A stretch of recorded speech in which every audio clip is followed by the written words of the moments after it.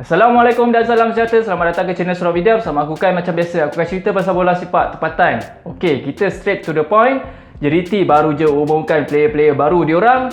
2 player dah confirm sign, 1 player katanya akan di-sign season depan. So, kita nak sembang pasal 3 player ni. Kita nak tengok macam mana jalan cerita diorang, macam mana kronologi diorang sampai sign ke JDT. Kita mulakan dengan Daniel Ting yang last kali main dengan Kuala Lumpur City season lepas. Antara player tonggak Boyan Hodak juga sebab dia perform main dekat posisi left back. Tapi season ni dia dibatalkan kontrak sebabnya dia tak nak cucuk vaksin. Time 1 dunia tengah sibuk pasal cucuk vaksin pada Mac yang lepas. Daniel Ting ni nampak macam teguh dengan pendirian sebagai anti vaksin. Tapi tak tahulah dia ni pendokong teori bumi bulat ke bumi rata. Bila dibatalkan kontrak dengan Kuala Lumpur City, dia jobless, balik semula ke England, katanya nak tanam jagung.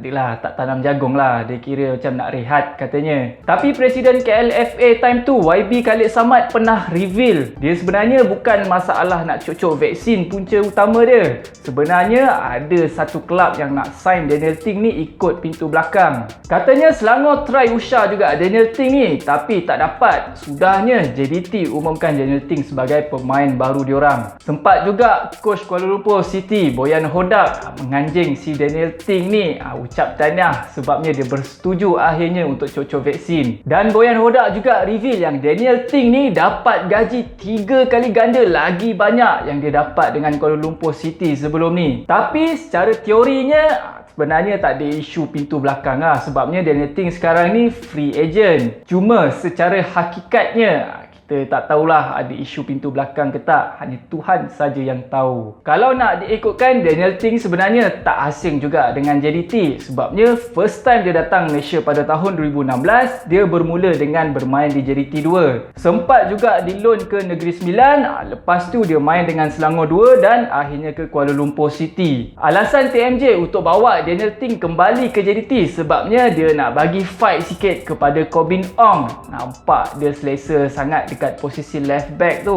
Tak nampak lagi player lain yang boleh fight Corbin Ong di posisi left back. Left back JDT Corbin Ong pegang, left back Malaysia pun sekarang ni Corbin Ong pegang. Lepas tu kata TMJ, kalau apa-apa jadi dekat Corbin Ong ni, injured ke apa, at least ada somebody, player lain yang boleh backup Corbin Ong ni. Next player, Dion Kuz, defender harapan negara kita.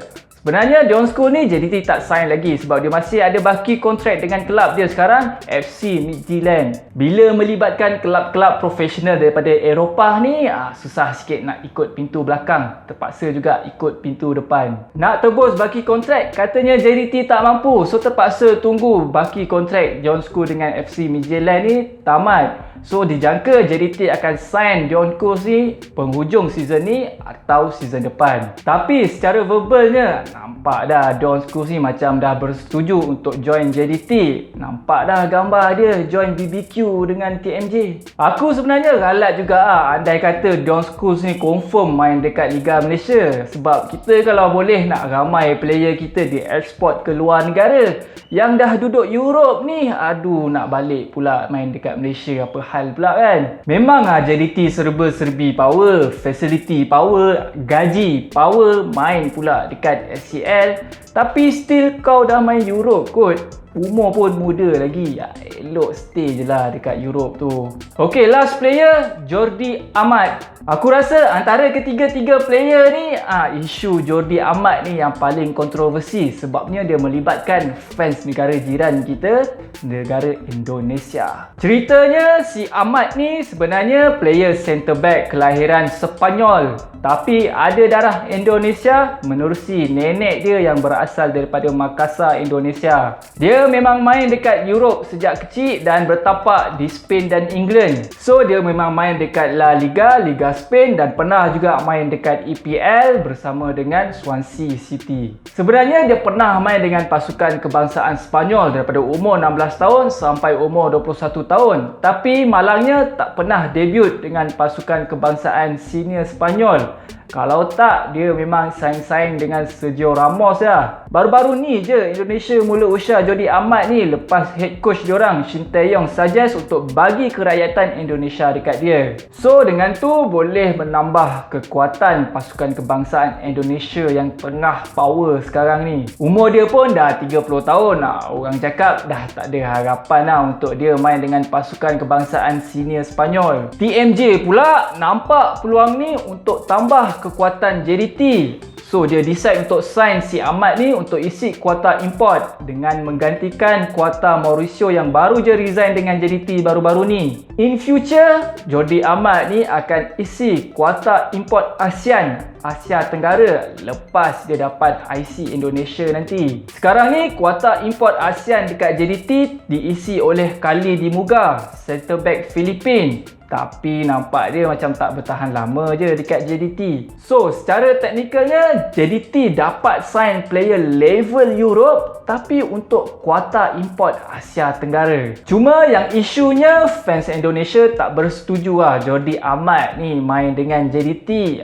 Macam dia downgrade pula. Sama kes macam Don Schools tadi, dah elok-elok main dekat Europe, apa hal pula dia nak downgrade main dekat Liga Malaysia. Instead of main dekat Malaysia yang hanya JDT je yang power tapi kelab-kelab lain barai tak ada saingan, fans Indonesia lagi prefer si Amat ni stay dekat Europe atau main liga lain yang lebih kompetitif dekat Asia macam Thailand, Jepun dan Korea Selatan. Tapi fans JDT pula defense, diorang cakap JDT lagi power. Apa? Kami ada fasiliti terbaik dunia, training berintensiti tinggi, main pula level-level ACL dan berjaya mengalahkan juara-juara Jepun, Korea tu semua. Lepas tu ada juga rumours yang cakap si Amat ni sebenarnya ada dapat offer daripada kelab Greece Panathinaikos, tapi dia lebih memilih untuk ke JDT sebabnya JDT offer gaji lagi mahal daripada kelab Greece tu. Tapi Jordi Amat nafikan benda tu. Dia dah update status IG lah, minta maaf dekat fans Indonesia dan explain reason dia main dengan JDT. Dia cakap bukan sebab duit, tapi sebab memang JDT power dan mudah dia nak ulang alik Malaysia dan Indonesia, lagi dekat katanya. Cuma fans Indonesia memang tak puas hati lah. Sampai ke sudah diorang tak puas hati,